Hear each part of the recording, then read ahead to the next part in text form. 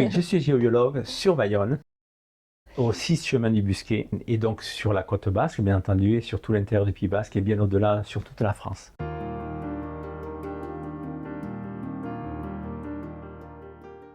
Un sujet qui nous impacte absolument tous, sans exception.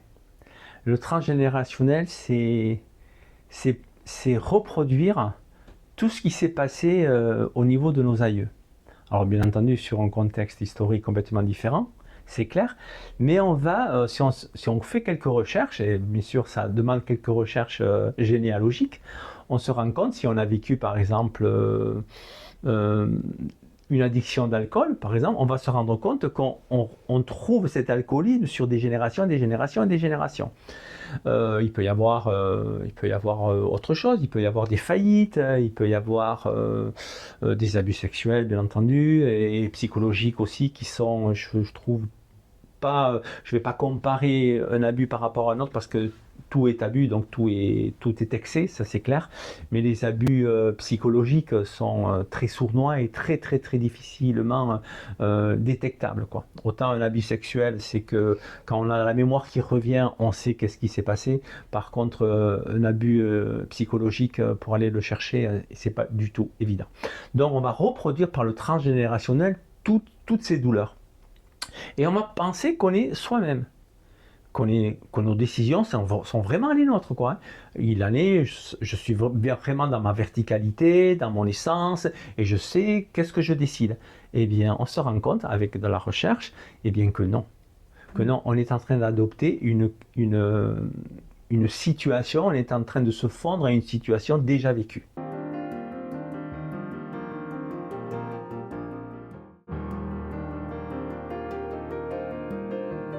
En général, dans une fratrie, parce que ce sont les enfants qui viennent nous chercher, dans une fratrie, il y a l'aîné, le second, le troisième et le quatrième. Bon, ça dépend bien sûr des familles, mais voilà. Le premier, c'est l'aîné de la famille, c'est celui qui va supporter toute la, tout le côté fardeau de la famille, c'est-à-dire qu'il va assumer toutes les décisions qui ont été prises, qui va vraiment avoir tout ce poids sur ses épaules.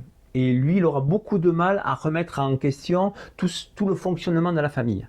C'est très difficile pour lui, c'est pas possible. Il est là pour reprendre aussi la suite, bien souvent, par exemple dans une entreprise ou dans une exploitation agricole, et puis en général, si on remonte dans l'histoire, l'aîné c'est celui qui reprenait la maison ou le château, bon voilà.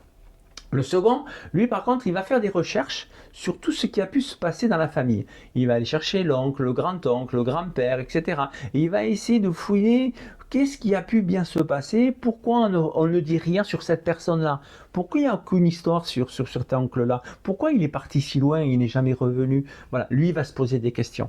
Voilà, et il se dit qu'il a certainement une raison. Et il va aller chercher au milieu des secrets, au milieu des non-dits et du déni. Voilà. Le troisième, il va être plutôt dans les émotions. Il aura du mal à supporter toutes ces émotions familiales.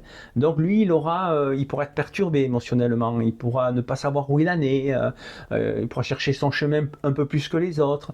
Bon voilà. Et le quatrième, on revient au point de départ. Le quatrième, c'est comme s'il était un peu comme l'aîné. C'est-à-dire, il pourrait rentrer en conflit avec l'aîné et se dire, mais moi aussi, je peux être le chef, quoi. Voilà, grosso modo. Voilà. Donc, souvent, c'est le second qui va venir me consulter parce que lui, il veut savoir qu'est-ce qui s'est passé. Et le second, donc, moi, je vais l'aider à aller chercher une histoire, l'histoire de ses ancêtres. Voilà. Et bien sûr, alors là, il y a du travail personnel de sa part, hein. Il faut qu'il aille chercher les métiers qu'il faisait, les villages où il vivait, ou les villes où il vivait, s'il faisait des voyages, s'il restait, ou s'il partait ou s'échappait de la maison, c'est comme on l'entend, hein. Mais on donne, oui, il n'y avait rien à la maison pour vivre pour lui, il a bien fallu qu'il aille vivre ailleurs. Oui, peut-être, et certainement économiquement c'était difficile, mais peut-être il y a une autre raison. Et pourquoi l'aîné est parti de la maison, est parti se marier sur une autre maison et a pris la suite de l'autre maison. Bon voilà, il y a peut-être d'autres raisons que l'amour ou que le fait qu'il y avait rien que la maison ne pouvait pas assumer pour tout le monde. Voilà, c'est une réalité bien entendu, mais voilà. Donc je vais lui demander d'aller chercher tout ça et de me raconter ces recherches. Là-dessus, je vais lui faire je vais lui faire prendre conscience que lui-même, sans parler des autres, que lui-même, il est en train de répéter la même chose. Et je lui dis, regarde ce qui s'est passé il y a une génération, deux générations, trois générations. Et regarde ta vie à toi. Toi, tu es pas bien, mais pourquoi tu es pas bien? Regarde comment ça se ressemble. Tu trouves pas que ça se ressemble? Alors, je lui pose plutôt la question. Tu trouves pas que c'est similaire? Et là, il me dit, ah oui, ah oui, ah oui. Voilà, prendre conscience de ce qui se passe. On appelle ça une loyauté familiale. Alors, loyauté, c'est un beau mot. Hein. Être loyal dans la vie, c'est magnifique. Mais être loyal pour les belles choses, je veux bien. Mais les choses qui sont moins rigolotes, moi, je suis pas trop loyal, quoi. Hein. Voilà. Et je pense à moi et je dois faire ma vie. Mais comment faire ma vie si je suis en train de respecter ce qui se fait depuis des générations et des générations? Je ne peux pas être moi.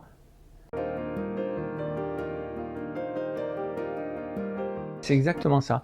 Et donc là, ça peut expliquer des mal-être, ça peut expliquer des maladies, bien entendu, il y a des maladies, ça va loin. Hein. Après, et après, il y a, au-delà de ce côté-là, il y a aussi quel est son prénom? Quel est son prénom? Et quel est son prénom par l'identification, parce que chaque lettre d'un prénom a une signification énergétique, et je vais lui faire se rendre compte que en lui ayant attribué ce prénom-là, il est en train de continuer à respecter la famille. Voilà. Et donc là, ce sont des petits outils qui n'expliquent qui permettent de prendre conscience un peu plus profondément de ce qui est en train de se passer dans sa vie. Alors non, il ne va pas changer de prénom, parce qu'il ne va pas changer de prénom. À partir du moment où on est conscient de ce qui se passe, déjà on peut changer. On peut changer, bien entendu. On respecte notre famille, on les honore, parce que si on est bien ici, c'est grâce à eux. On ne va pas les juger, surtout pas. Mais par contre, on ne va pas être forcément d'accord. Voilà, ça c'est très important.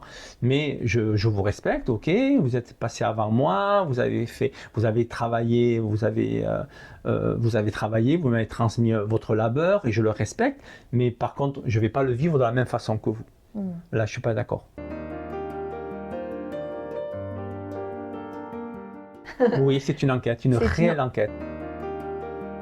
Oui, il y a de l'énergétique parce que par exemple, il peut y avoir des défunts qui sont toujours là, qui vont se poser entre guillemets ou qui vont vivre à côté de cette personne-là qui est venue me demander de travailler sur le transgénérationnel, qui va être à côté et qui va l'influencer par son énergie, par ce qu'elle est. Donc déjà, on a déjà du mal à se trouver soi-même avec sa propre énergie. Si en plus on a une énergie de quelqu'un que l'on porte sur notre dos, ça devient compliqué. Par exemple, si cette personne qui est défunte est morte pleine de tristesse, eh bien, pour avoir de la joie de vivre, ça sera plus difficile. Je ne dis pas qu'on ne va pas en trouver, mais ça sera quand même plus difficile puisqu'on a une deuxième énergie qui nous amène sur la tristesse. Voilà, c'est des choses. Voilà. Donc ça, je vais libérer. Bien sûr, je vais libérer à partir du moment où elle est consciente de ce qui se passe, qu'elle est en train de perpétuer la même chose et que cette personne, cet esprit de défunt est à côté d'elle, eh bien, je vais libérer tout ça. Et donc je libère la personne qui a cette entité, cet esprit de défunt. Je vais libérer aussi tout le transgénérationnel, toute la lignée qui était là bien avant lui. Donc si par exemple il y a des enfants qui sont morts-nés, des enfants qui ont subi des IVG artisanaux entre guillemets, voilà. Donc tout ça, ce sont des enfants qu'on n'a pas considérés, qu'on a cachés, et puis il y a plein de cas vraiment pas très propres, je dirais. Bon, mais je vais libérer tout ça, parce qu'en libérant ce qui se passe avec lui et en étant conscient que c'est un perpétuel recommencement, je libère tout.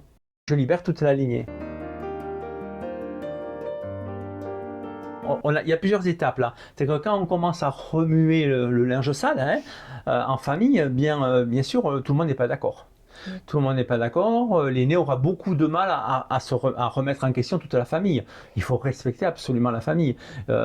Ok, bien sûr, on la respecte d'ailleurs dans tout ce travail-là, on la respecte. Mais lui, il aura beaucoup de mal à à comprendre l'action menée par son jeune frère, quoi. Ça sera difficile. Donc, il va y avoir des heurts, il va pas être cru, il va pas être écouté, il va être mis de côté, il pourrait être vraiment poussé hors de la famille, mais il pourrait ne pas être compris et ça peut amener beaucoup de solitude, je dirais, parce que être écarté de la famille, c'est quand même pas évident, quoi. Là-dessus, c'est un travail personnel, exactement. On peut toujours être dans la famille, mais je me retire simplement de ce qui n'est pas à moi, quoi. Voilà, donc c'est un travail personnel, c'est tout à fait ça. Alors, ça peut être aussi dans le transgénérationnel, on peut même aller chercher sur une difficulté d'avoir un enfant. Comment ça se fait qu'un jeune couple, ben, ça se passe bien, ils sont bien ensemble et ils n'ont pas d'enfant?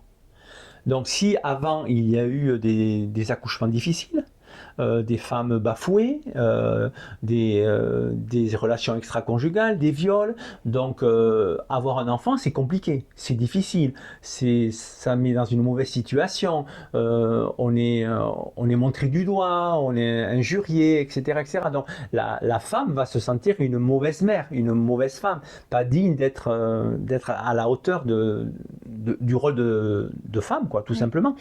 Donc, elle aura les générations qui vont venir, il y aura cette mémoire sur les femmes qui viennent. Donc, pour avoir un enfant, eh bien, ça sera toujours très difficile. Donc, elle va rencontrer, par exemple, un homme qui n'est pas fertile. Alors, elle va dire, ah oui, mais c'est pas ma faute. C'est pas ma responsabilité, c'est celle de mon compagnon, c'est comme ça. Mais énergétiquement, elle a tout fait, sans s'en rendre compte, pour rencontrer un homme infertile. Et lui, très certainement, mais très très très certainement, il a vécu aussi une enfance douloureuse. Donc émotionnellement, il va se rendre infertile. Et tout ça, c'est inconscient. Et si elle a un enfant, ça va être tardivement, avec des traitements, elle aura du mal à le mettre au monde. Il va arriver, et je l'espère pour elle qu'elle soit vraiment heureuse et qu'il soit vraiment heureux, mais il y aura de la difficulté, ça viendra tard, ou il y aura un blocage.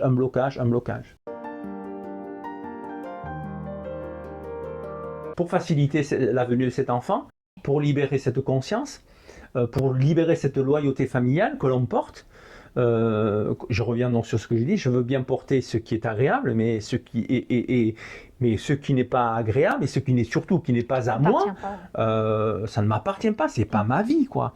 Laissez-moi, je vous respecte, mais laissez-moi, voilà. Et bien ça, quand on en est conscient, on coupe et après on peut aller sur cet enfant. Le premier coup de téléphone, déjà quand on fait le numéro de téléphone pour m'appeler, déjà il y a une intention qui est partie. Donc s'il y a cette intention qui est là, c'est l'essentiel. Ensuite, il y a bien sûr le dialogue qui va se passer, et ce qui va se passer énergétiquement, la voix, la façon de dire les mots, qui va nous correspondre ou pas nous correspondre. Et si ça nous correspond, on est sur la bonne voie, ça y va.